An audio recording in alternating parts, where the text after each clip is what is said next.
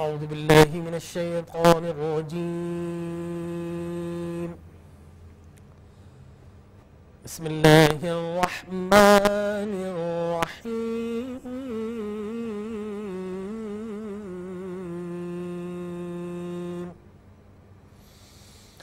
يا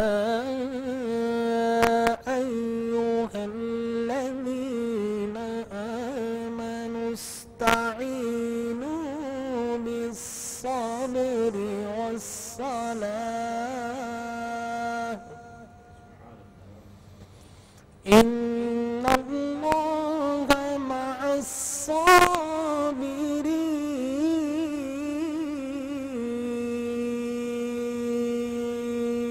الصابرين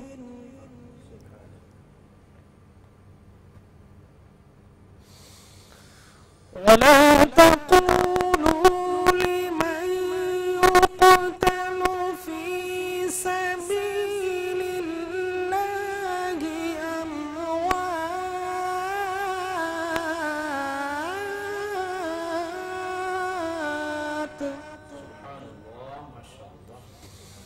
بل أحياء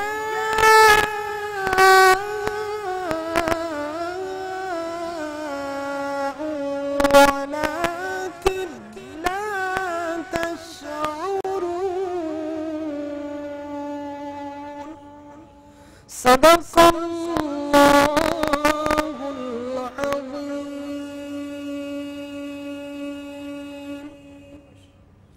محترم مکرم معظم و محتشم ناظرین کرام، السلام علیکم ورحمۃ اللہ وبرکاتہ. ناظرین کرام، آج یکم محرم الحرام، جہاں ہمیں بہت سی عظمت اور فضیلت کی داستانیں سناتا ہے، وہیں یکم محرم الحرام کا یہ دن ہمیں خلیفہ ثانی امیر المؤمنین حضرت سیدنا عمر بن خطاب رضی اللہ تعالی عنہ و ارضہ کی یوم شہادت کی طرف بھی بلاتا ہے. دنیا میں بڑے مفکرین آئے، بڑے بڑے عاقلین آئے، بڑے بڑے فلاسفہ مناطقہ آئے، بڑے بڑے بلغاء آئے، بڑے بڑے شعراء آئے.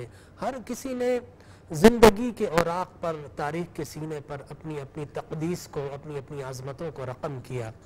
لیکن محترم ناظرین کرام، خلیفہ ثانی حضرت عمر بن خطاب رضی اللہ تعالی عنہ و ارضہ وہ ہستی ہے، وہ عظمت کا مینارہ ہے، وہ بلند و بالا اللہ نے آپ کو شان، شوکت اور شکوت عطا فرمائی ہے، وہ شجاعت و شہامت عطا فرمائی. اللہ نے وہ فقاہت و ثقافت عطا فرمائی، وہ دلیری و بے باکی، مردانگی و جوامردی، حق گوئی اور حق ربی عطا فرمائی. اللہ نے آپ کو وہ علم، وہ حلم، وہ محبت، وہ عظمت عطا فرمائی. اللہ تبارک و تعالی نے عشق مصطفیٰ کی ایسی لازوال دولت عطا فرمائی. اللہ تبارک و تعالی نے اسلام کی راہوں میں خدمت دین کے آپ نے وہ ایسے انمٹ نقوش دنیا کے سامنے پیش کیے ہیں. انسانیت کا ایسا رہنما اور ایسا زعما اگر آپ پوری انسانی تاریخ میں اٹھائیں تو نہ ایسا انسانیت کا رہنما نظر آئے گا.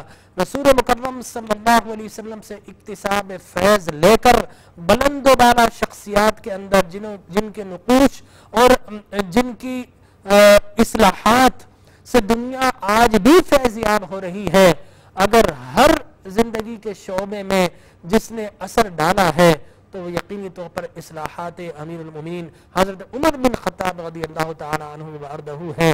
عشق کا معاملہ ہو، خدمت انسانی کا معاملہ ہو، حکمرانی کا طریقہ اور سلیقہ ہو کہ حکمران کو کیسا ہونا چاہیے. وہ کہتے ہیں نا کہ action speaks louder than words, کہ جو انسان کا عمل ہوتا ہے نا وہ الفاظ سے زیادہ بولتا ہے. تو حضرت عمر بن خطاب رضی اللہ تعالی عنہ کی زندگی کی، آپ کی شخصیت کا نمایاں پہلو یہ تھا، آپ نے جتنا کہا اس سے زیادہ کر کے دکھایا، اور آپ کو جو بھی آج تک فالو کر رہا ہے آپ کے عمل کو فالو کر رہا ہے. آپ کے الفاظ گوہر سخن تھے، یقینی طور پر آپ کا سخن جو ہے وہ مانیدہ گوہر تھا، لیکن آپ کا جو عمل ہے وہ اتنا پر نور ہے کہ آج بھی دنیا اس سے روشن نظر آتی ہے. چاہے وہ مغرب کے حکمران ہو، چاہے اسکینڈین کنٹریز ہو، چاہے وہ دنیا کی جتنی بھی عسکری طاقتیں ہوں، وہ پڑھتی ہیں عمر لا کو، وہ پڑھتی ہیں خلیفہ ثانی عمر بن خطاب رضی اللہ تعالیٰ عنہ کی وار اسٹریٹجی کو، وہ پڑھتی ہیں ان کے نظام انصاف و دیانت کو. اور جب بیگانے پڑھتے ہیں تو آج ہمیں سمجھ نہیں آتا کہ ہم اپنے نظریات کی بھیک مانگنے کے لیے دوسروں کی جانب کیوں دیکھتے ہیں، ہم اپنے اسلاف کو کیوں فراموش کر دیتے ہیں۔ یہ ضروری ہے کہ ہم اگر ترقی کا سفر بتانا شروع کریں تو مغرب سے گھوم کر آئیں، ہم مدینہ منورہ سے کیوں نہیں گھوم کر آتے، ہم اپنی تاریخ کو کیوں نہیں اٹھاتے، ہم اپنے اسلاف کے نظریات سے استفادہ کیوں نہیں کرتے۔ ہم دنیا کے بے شمار سسٹمز کی بات کرتے ہیں، لیکن وہ سسٹم جو مدنی آقا محمد عربی صلی اللہ علیہ وسلم نے دیا، ہم اس نظام مصطفیٰ کی بات کیوں نہیں کرتے۔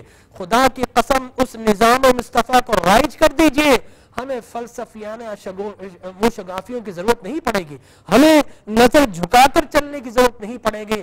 نبی کے نظام کو اپنا لیجئے، اقوام عالم میں آپ کو سر اٹھا کر جینے کا اللہ سلیقہ اور طریقہ عطا فرما دے گا۔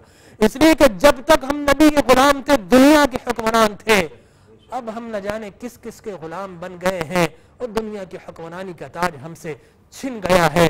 تو ناظرین کرام، آج بھی اگر چاہتے ہیں کہ دور فاروقی آ جائے، دور عثمانی آ جائے، دور صدیقی آ جائے، دور علوی آ جائے، دور محمدی آ جائے، تو عشق مصطفیٰ کے وہ جام جو صدیق عمر عثمان و علی نے پیے ہیں، ان کے چند قطرے اللہ سے آپ بھی مانگ لیجئے، اللہ آپ کو پھر سے اقوام عالم میں ممتاز و ممیز فرما دے گا۔ لیکن اس کا فقط ایک ہی طریقہ ہے اور ایک ہی سلیقہ ہے اور ایک ہی راہ ہے، اور راہ ہے مدینہ منورہ کی راہ۔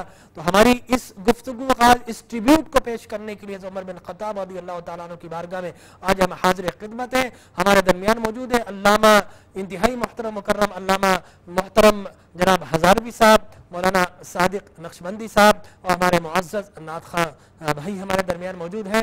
مفتی صاحب، تمہیدی گفتگو تو کرنے کے لیے بہت کچھ ہے، لیکن میں نے کوشش کی ہے کہ جناب فاروق اعظم رضی اللہ تعالیٰ عنہ کی بارگاہ میں ادنا سا ہدیہ پیش کر دوں۔ آج ہم ابتلا کا شکار ہیں، آج ہم پریشانی کا شکار ہیں، آج ہم چاہتے ہیں کہ ریفارمز آ جائیں، اصلاح آ جائے ہم میں، آج ہم چاہتے ہیں کہ ہمارا معاشرہ پیوریفائی ہو جائے، آج ہم چاہتے ہیں کہ پاکستان ممتاز و بلند ہو جائے، لیکن ہم جتنا بھی آگے بڑھنے کی تگ و دو کر رہے ہیں، شومی قسمت سے ہم پیچھے کی جانب جا رہے ہیں۔ تو وہ کون سا نسخہ ہمارے ناظرین کو بتائیں گے، وہ کون سا طریقہ، وہ کون سا علاج بتائیں گے کہ آج پھر سے ہم زمانے میں معزز ہو جائیں؟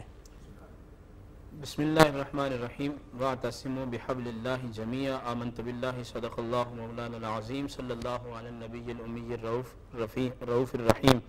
بہت شکریہ جناب ڈاکٹر صاحب، آپ نے بڑے اہم نقطے کی طرف جو ہے وہ توجہ دلائی ہے، اور وہ یہ ہے کہ ایسی کون سی چیزیں اور قوانین ہیں جن کو ہم اپنانے کے بعد ایک آزادی کی زندگی گزار سکتے ہیں۔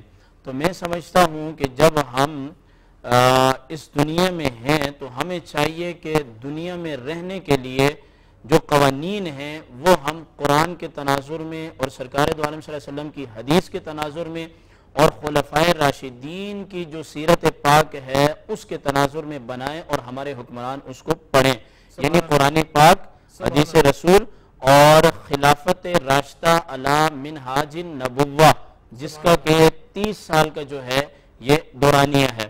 اور میں یہ چاہوں گا کہ 1 محرم الحرام، 22 جمادی الثانی اور 18 ذی الحج اور 21 رمضان کو خلفائے راشدین کے جو ایام ہیں اس پر عمران خان صاحب عام تعطیلات کا اعلان بھی کریں اور ورکشاپ جو ہیں ان کا انعقاد کریں، اور ان کے اندر جو ہے ان کی حکومتوں کی بات کریں، خود بھی سمجھیں اور اپنے سیکٹریوں کو، افسران والا کو سمجھانے کی کوشش کریں۔ اچھا، میں یہاں پر رک کر، آپ نے بڑا اچھا اشارہ دیا، ہمارے پرائم منسٹر صاحب جو ہے وہ ریاست مدینہ کی بار بار تکرار کرتے ہیں، جی جی جی، وہ اعتراف کرتے ہیں ریاست مدینہ کا، جی جی تو کیا ہی اچھا ہو جی، کہ خلفائے راشدین کو باقاعدہ اسٹڈی کیا جائے، بالکل، اور آج کا دن یقینی طور پر مسلمانوں کے لیے ایک مینارہ نور ہے، مسلمانوں نے ترقی کا راز سیکھا تھا، تو حضرت عمر بن خطاب رضی اللہ تعالیٰ عنہ کا انداز حکمرانی وہ اگر ہمارے ناظرین کو بتایا جائے وہ کس طرح حکومت کرتے تھے اور کس طرح سے ان کی گرفت تھی، اور وہ راز کیا تھا کہ پوری خلافت پر ان کی گرفت تھی، وہ راز کیا تھا،